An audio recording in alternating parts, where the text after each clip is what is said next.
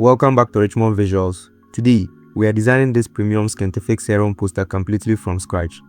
I'm going to show you exactly how to create this glowing magenta background, the 3D ribbon weave and the realistic product lighting. All the source files are linked in the description, so you can design along with me. Drop a like, subscribe, and let's get started.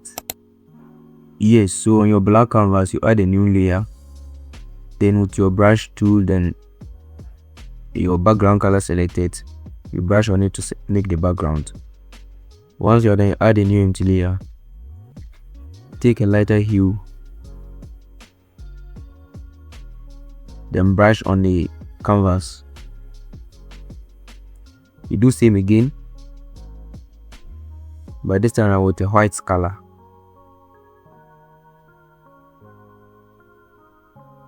So once you are done, you select your two layers, convert it to a smart object, then add Gaussian blur filter to it.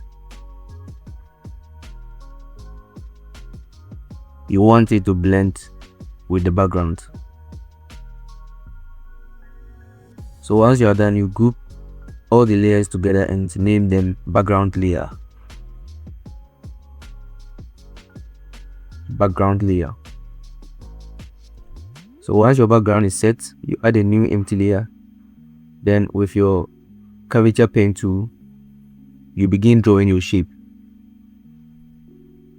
So I'll speed it up a bit, but make sure you follow through.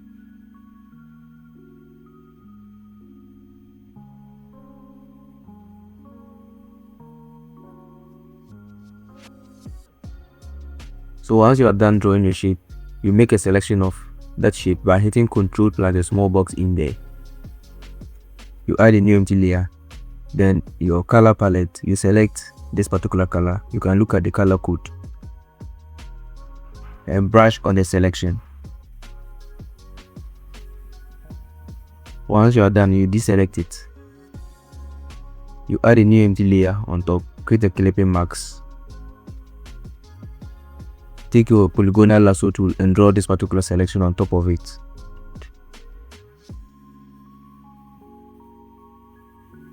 Now with a brighter color, you brush on the selection. Once you are done brushing on the selection, you deselect it. Then you add Gaussian blur filter to it.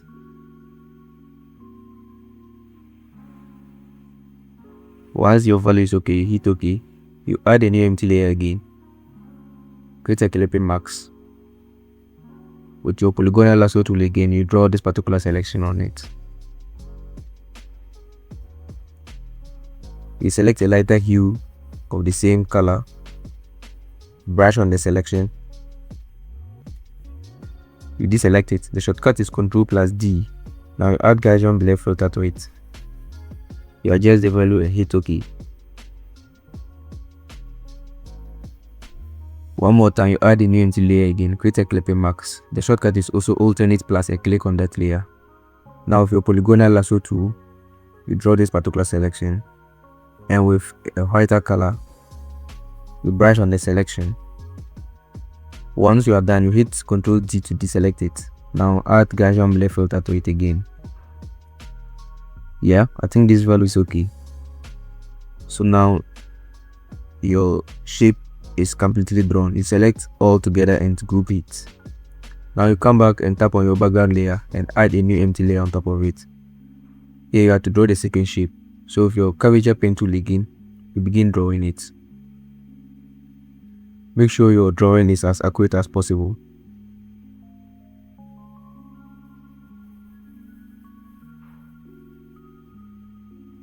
So once you are done drawing, you can always adjust it till you like it. And once you are done, hit Ctrl plus the small box in there to make a selection of a shape. That is how we make selection of a particular shape. Okay, with this color selected, we again brush on the selection.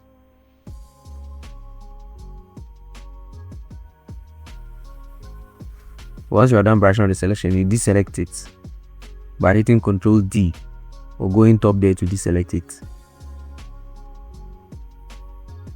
Once you are done, you add a new empty layer, create a clipping mask.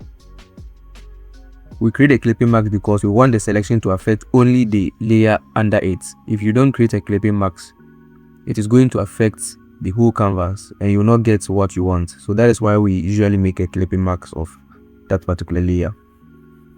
Good. So you see that when you are brushing, it doesn't brush outside the selection. So that is it.